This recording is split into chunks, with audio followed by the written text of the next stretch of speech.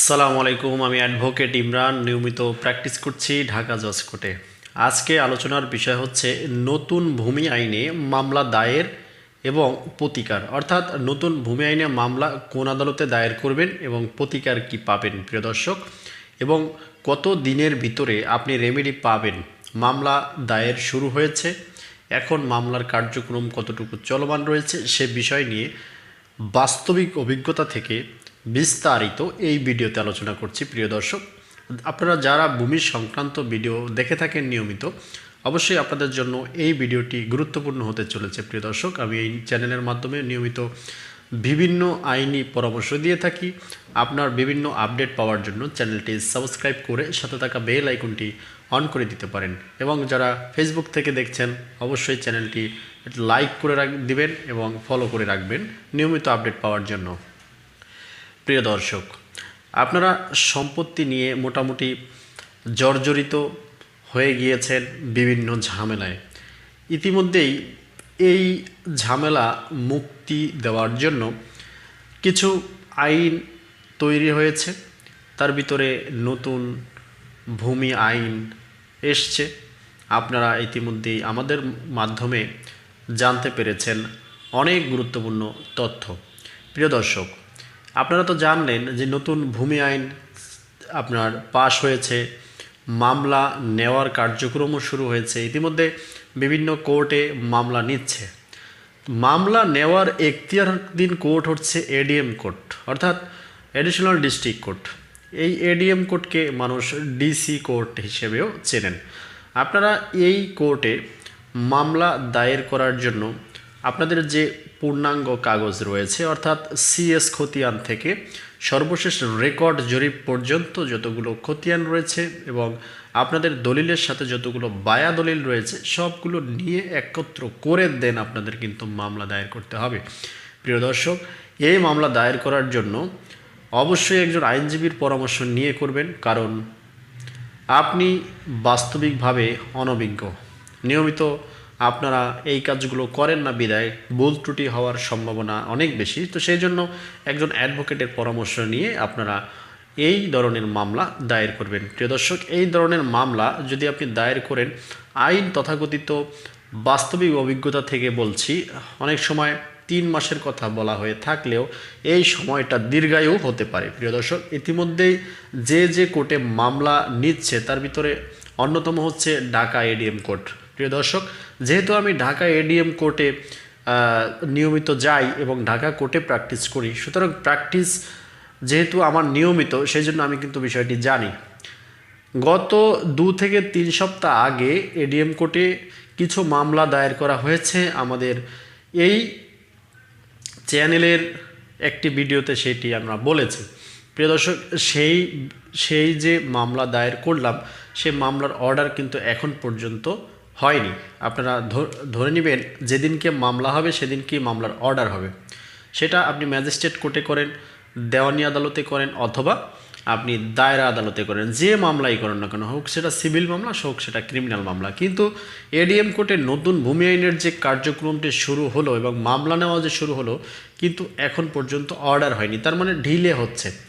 তা আপনার আইনে এবং 45 দিন, কোনো জায়গায় 90 দিনের কথা উল্লেখ থাকলেও অনেক সময় মানুষের কাছ থেকে শোনা যায় 15 দিনেও মামলা নিষ্পত্তি হয়ে যায়। আসলে অনেক কথা বাস্তবিকভাবে যে কথাগুলোর সাথে মিলে না। এর কারণ হলো মুখের কথা আর বইয়ের পাতার কথার ভিতরে কিছুটা তফাৎ অবশ্যই আপনি লক্ষ্য করবেন, আর তার চেয়েও বেশি লক্ষ্য করবেন আপনার বাস্তবিক অভিজ্ঞতার কথা।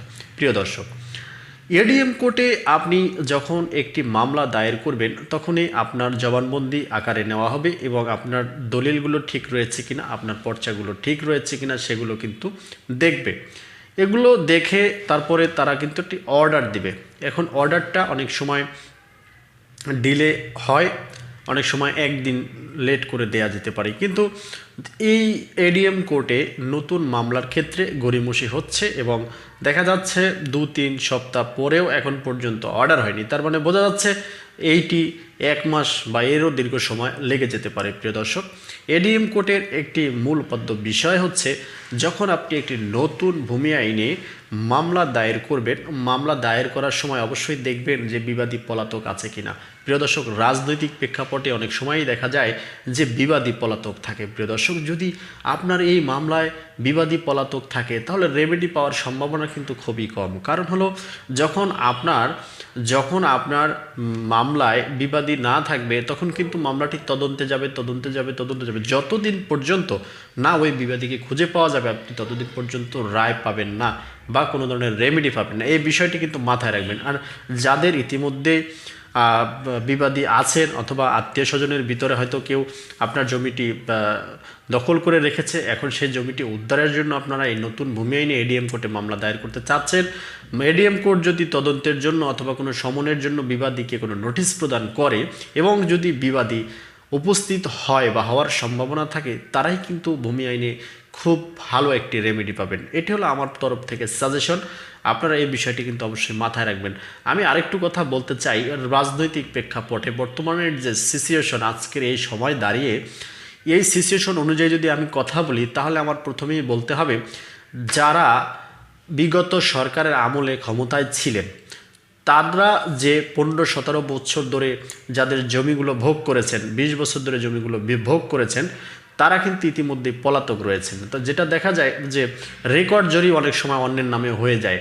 দেখা যায় যে সর্বশেষ যে আরএস রেকর্ডটা বা বিআরএস রেকর্ডটি সে তার নামে করে নিয়েছে। আপনি পলাতক ছিলেন বা আপনাকে হয়রানি করে একটি মামলা দায়ের করে আপনাকে বিদেশে পাঠিয়ে দিয়েছে, অথবা আপনি পলাতক হয়েছেন, এখন সে তার নামে রেকর্ড জরিপ করে পরবর্তীতে কিন্তু সেই সম্পত্তিটি ভোগ দখল করছে। যদি সিচুয়েশনটা এমন দাঁড়ায় তাহলে সেই ক্ষেত্রে আপনার কিন্তু আগে রেকর্ড খতিয়ানটি ঠিক করতে হবে। অর্থাৎ আপনার রেকর্ডটি যে অন্যের নামে হয়েছে, আপনার রেকর্ডটি যে ভুল একজন ব্যক্তির নামে হয়েছে, তাহলে সেই রেকর্ডটি কিন্তু আপনার সংশোধন করে আসতে হবে। সুতরাং এই রেকর্ডটি সংশোধন করার জন্য কিন্তু আপনার দেওয়ানি আদালতে যেতে হবে। কোনোভাবেই ডিসি আদালত কিন্তু রেকর্ড সংশোধনের মামলা দায়ের করে না বা কোনো ধরনের মামলা নেয় না। প্রিয় দর্শক, সেই জন্য যদি এরকম কারো জমির ভিতরে হয়ে থাকে বা হয় বলে আপনার ধারণা আছে, তাহলে অবশ্যই কিন্তু আপনার রেকর্ডটি আগে সংশোধন করে এসে দেন আপনি কিন্তু এই ভূমি আইনে মামলা দায়ের করবেন ডিসি কোর্টে। অনেক সময় দেখা যায় যে আপনারা সব নিয়ে আসছেন কিন্তু খতিয়ান ঠিক নেই, দেখা গেল সব খতিয়ান ঠিক আছে, লাস্টের খতিয়ানটি অন্যের নামে হয়ে গেছে। এখন আপনি হয়তো বলতেছেন যে আমি মামলা ওখানে একটি দায়ের করেছি, ওটা চলমান আছে, এই অবস্থাতে আমি এখানে একটি মামলা দায়ের করব। প্রিয় দর্শক, সেরকম সম্ভাবনা খুবই কম। আপনার প্রথমে রেকর্ডটি সংশোধন করে এসে পরবর্তীতে কিন্তু আপনার এই মামলাটি দায়ের করতে হবে। এই বিষয়টি কিন্তু খুবই সেন্সেবল মামলার ক্ষেত্রে, আপনাদের এই বিষয়টি কিন্তু মাথায় রাখতে হবে প্রিয় দর্শক। আর আরও গুরুত্বপূর্ণ অনেক তথ্য রয়েছে, একটি ভিডিওতে অনেক তথ্য দেওয়ার সম্ভাবনা থাকলেও কিন্তু দিতে পারি না, বা সুযোগ থাকলেও আমরা দিতে পারি না, কারণ লং হয়ে যায় ভিডিওটি, যার কারণে অনেকেই 2-1 মিনিট দেখে তা পরবর্তীতে আর দেখেননি এবং এটা ব্যাড কমেন্ট করে চলে যান। যাদের জমি জমা নিয়ে প্রবলেম আছে তাদের উচিত সম্পূর্ণ ভিডিওটি মনোযোগ সহকারে দেখা। একবার যদি ভিডিওটি দেখতে বা বুঝতে অসুবিধা হয়, সেই ক্ষেত্রে আপনার ভিডিওটি একবারের জায়গায় 2বার অথবা 3বার দেখে এটা একটা ক্লাসের মতো। আপনারা যে ভিডিওগুলো দেখেন প্রত্যেকটি ভিডিও যদি আপনারা একটি করে ক্লাসের মতো করে নেন, তাহলে কিন্তু আপনাদের বাস্তবিক জীবনেও কিন্তু আপনার অনেক কাজে আসবে। আপনাদের একটা কথা বলে রাখতে চাই, সেটি হলো প্রত্যেকের দেশের নাগরিক যারা রয়েছেন প্রত্যেকের কিন্তু আইন জানার অধিকার রয়েছে। কেউ পড়ে আইন জানে, কেউ শুনে আইন জানে, কিন্তু জানার অধিকার সবাই রয়েছে।